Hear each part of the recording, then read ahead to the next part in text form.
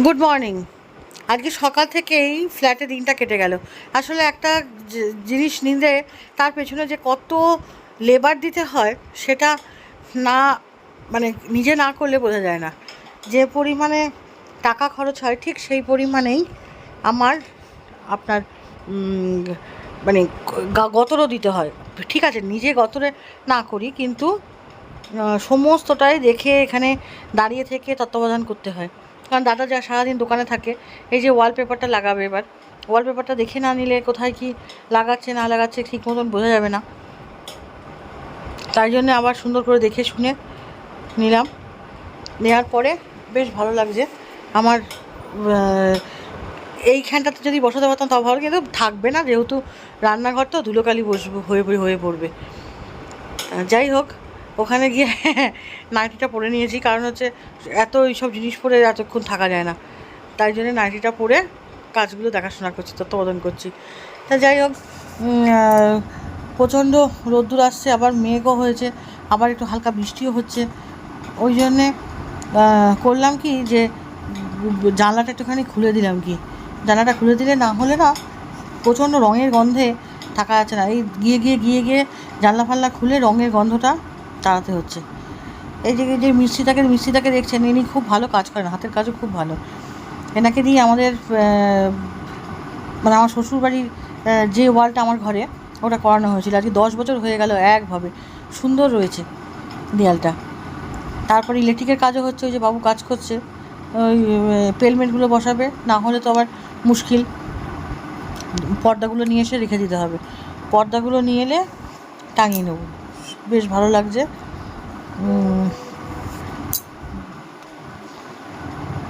চলুন দেখা যাক কাজগুলো।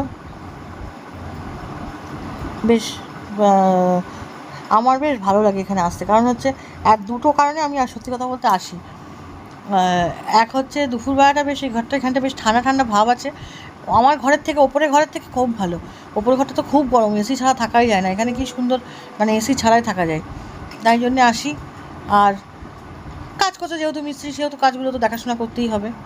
তা চলুন যাওয়া যাক এবার অন্য ঘরে। সামনে প্যান্ডেল হয়ে গেছে, জমজমাট পুজো। এই পুজোটা সারা বছর, প্রত্যেক বছরই একটা কিছু মেয়ের মধ্যে থাকে, জমজমাটি পুজো হয়। সামনের এই পুজোটা একটা ভিডিও করতে গেলে যে কত রকম যে বাধা বিঘ্ন আসে বলার কথা না। ফাঁকা নাকি? ফাঁকা? মেঘটা ভালোই লাগছে, মেঘটা ভালোই লাগছে।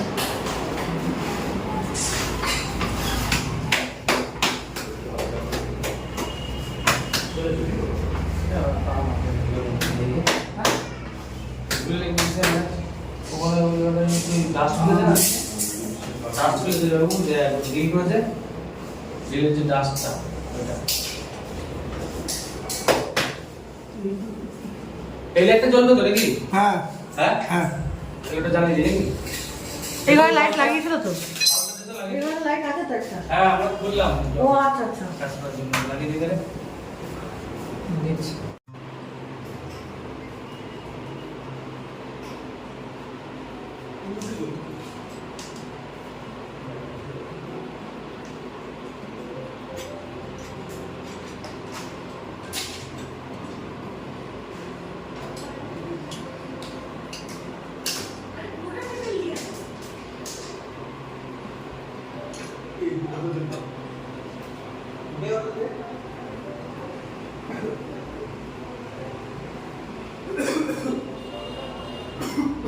কমপ্লিট হয়ে যাবে।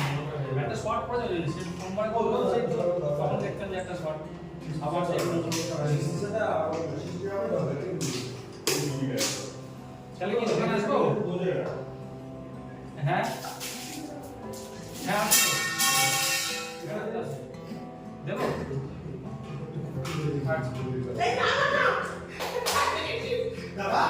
ম্যাডাম এটা অর্ডার করেছিল অ্যামাজন থেকে, সেটা লাগাচ্ছি। আমি তো পারলাম না লাগাতে, প্রচুর স্ক্রুর কারবার। ও যাদের কাছে ওইসব থাকে, কাঠের মিস্ত্রি ছাড়া সম্ভব না, বা ইলেকট্রিক মিস্ত্রি। যাই হোক, যাদের কাছে ওইসব থাকবে তারাই পারবে, তা ইলেকট্রিক মিস্ত্রিটা এসেছিলো, ওকে দিয়ে করিয়ে নিলাম। সুন্দর ফিটিংস করেছে।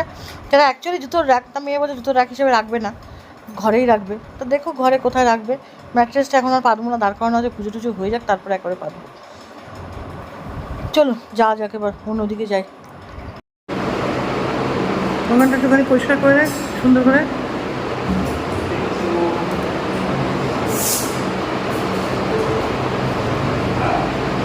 হ্যাঁ ব্যাস।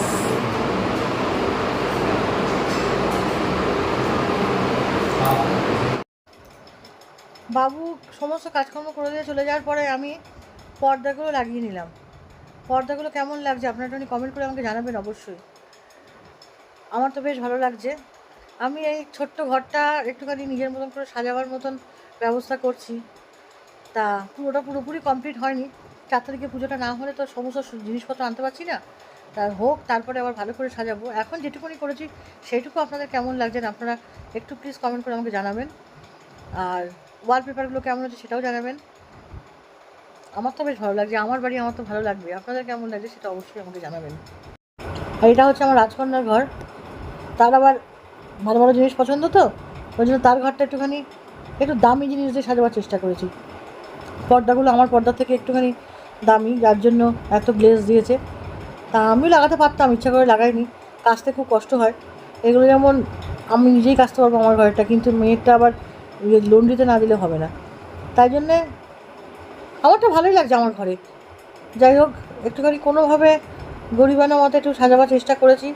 আপনারা দেখবেন, দেখে যদি ভালো লাগে অবশ্যই আমাকে কমেন্ট করে জানাবেন। আজকে দুপুরবেলা 1টার সময় এসেছিলাম ফ্ল্যাটে। এই যে ফ্ল্যাটের কাজ চলছিল বলে এইটা ওয়ালমার্টটা করা হয়েছিল না, এটা বাকি ছিল। এই ওয়ালমার্টটা ওরা করে দিয়ে গেল আজকে কমপ্লিট হলো কাজ। তাই জন্য আজকে এসেছিলাম। তা দোকানে এসেছিলাম, দোকান থেকে এখানে এসেছি বলে এখান থেকে আর যাইনি, যেহেতু একটুখানি শোয়ার প্রভিশন আছে, ওই জন্য যাওয়া হয়ে ওঠেনি। হ্যাঁ হ্যাঁ হ্যাঁ, তোরা কি ওপরে থাকিস? ও আচ্ছা।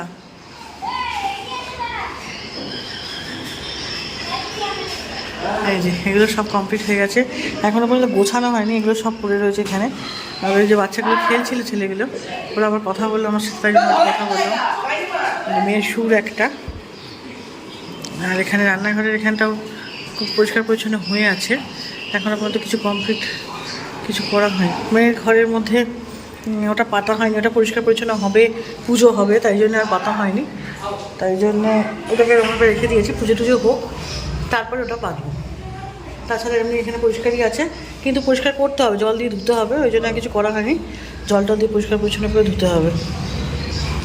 আজকে আমি এখানে একা আসিনি, আমি শম্পাকে নিয়ে এসেছি, যেহেতু ও এসেছিল।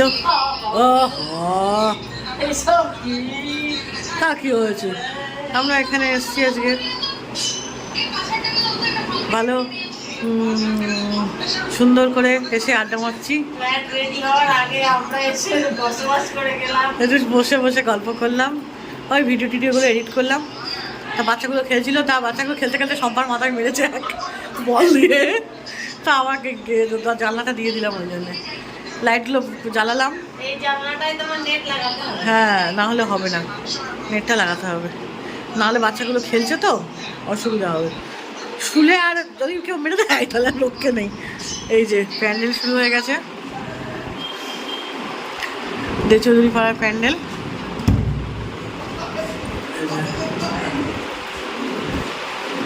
দেখতে দেখতে শেষ হয়ে যাবে, তবে এবার পুজো খুব কাছে তো ওই জন্য ভালো লাগছে না। চুলগুলো আছড়াবো, কয়েকটা গৃহপ্রবেশের জন্য অল্প কিছু আয়োজন করেছি, তা কয়েকজন মানুষকে বলা একটুখানি বাকি আছে, সেইগুলো আজকে শেষ করবো, কমপ্লিট করবো করে লিস্টটা ঠিক করে, পুরোপুরি লিস্টটা ঠিক মতো বাঁধা না করলে মুশকিল হচ্ছে। তাই জন্য আজকে কিছু লোক বাকি আছে যেগুলো, সেগুলোকে শেষ করবো আজকে নিমন্ত্রণ করে, তারপরে বাড়ি যাবো। স্কুল থেকে এসে খাওয়া দাওয়া করে একটু শুয়ে পড়তে বসে, উঠে দাদা দোকানে আর আমি এখানে, তিনজন তিন জায়গায়। চলো তাড়াতাড়ি যাবো, বাড়ি চলে যাবো, বেশি দেরি করবো না। বাড়ি গিয়ে আবার তোমাদের সঙ্গে কথা বলবো, রাত্রিবেলা রুটি করবো, তরকারি করবো, সেগুলো তোমাদের সঙ্গে শেয়ার করবো। চলো, লুচি করবো ইচ্ছা আছে। চলো, এখানে এই পর্যন্তই থাকলো। যখন বেরোবো তখন আমার দেখা যাবে, যদি কিছু করতে পারি তোমাদের সঙ্গে শেয়ার করবো। কোথায়? ওটা হচ্ছে আমার ওই যেতে যাবো কোথায় বুঝছো না? নদী ঘুরিয়ে যেখানে আমাদের দেওয়া বাড়িটা ওই মিক্সটা দিয়ে। ও আচ্ছা, এই যে আলনাটা দেখছেন না, এটা আমার শাশুড়ি মায়ের আলনা। যথেষ্ট সুন্দর এবং ভালো আছে, মজবুত মজবুত। আগেকার জিনিস। আর এই যে খাটটা দেখছেন, এটাতে আপনাকে দাদার ইয়েটা তো দেখেছেনই, যে দাদা বলেছে আমার শ্বশুরমশাই শেষ জীবনটা এই খাটিয়াতে কাটিয়েছে, এই চৌকিটাতে।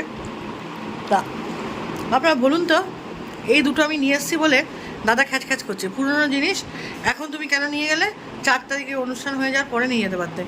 তা নিয়ে এসেছি কী হয়েছে, তো তার বাবা মার জিনিসই তো নিয়ে এসেছি। তা এটাকে অবহেলায় পড়ে থাকতো, নষ্ট হতো, পরে কেজি দরে বিক্রি করে দিতে হতো হয়তো। তা সেটা আমি ব্যবহার করছি, সেটা কি তাদের ভালো লাগছে না? তার জানি না কেন আমি আগে আগে নিয়েছি। লোকের বসার জায়গা কত লাগবে আপনি বলুন? আপনারা কত লোক আসবে যে তারা এখানে এতখানি জায়গা আছে আমার ঘরে, এইটুকু জায়গা নিয়েছে বলে যে তারা বুঝতে পারবে না কত জায়গা। ডাইনিং প্লেসটা কম বড়, ডাইনিং প্লেসটা যেমন বড়, মেয়ের ঘরটা তেমন বড়। এই ঘরটাতেও এখানে 2খানা চেয়ার টেবিল পেতে দিলে, এই সামনে চেয়ার টেবিল 4-5খানা পেতে দিলে আরামসে লোকে বসতে পারবে। তাহলে কি বলবো বলুন? এই নিয়ে খুচকো খাচকা জিনিস নিয়ে শুধু আমার সঙ্গে লেগে থাকে অশান্তি। যথেষ্ট সুন্দর আলনাটা, আগেকার দিনের জিনিস, কি মজবুত, একটু কোথাও নষ্ট হয়নি। পরে সময় বুঝে একটা দিন দেখে, যেদিনকে খুব রোদ্দুর উঠবে ভাদ্র মাসে, তখন একবার রং করিয়ে নেবো ইচ্ছা আছে।